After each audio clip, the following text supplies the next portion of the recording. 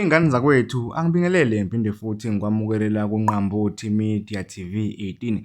Cela uma ukuthi uyaqala ukufikela ikhasi, ngicela wenze okufanele ucofa subscribe, ulike bese ushare le video.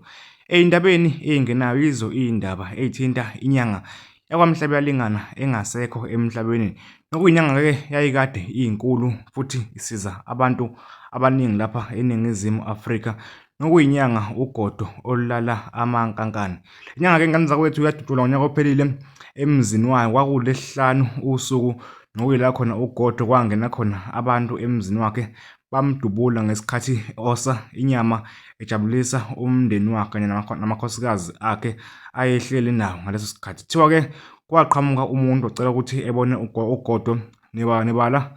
Kuthiwa umndeni wakhe waba usumkhulula ukuthi baba, khona abantu abakubiza. Nokwathi ngabe ugodo ehamba ethi uyobona lo muntu ombiza, bafike bamshaya ngesibhamu. Sekuvele-ke iy'ndaba ezithi lo owadubula ugodo naye akasekho emhlabeni.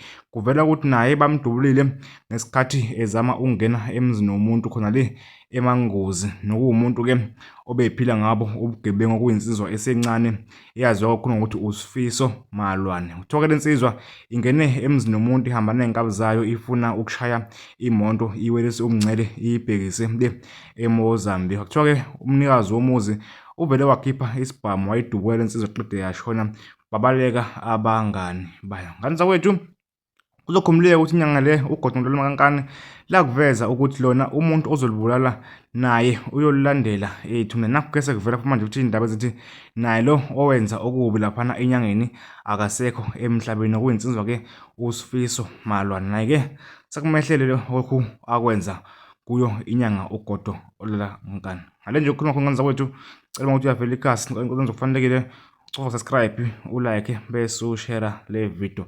Yizo-ke iy'ndaba lezi esiphathele zona manje kusihlwa.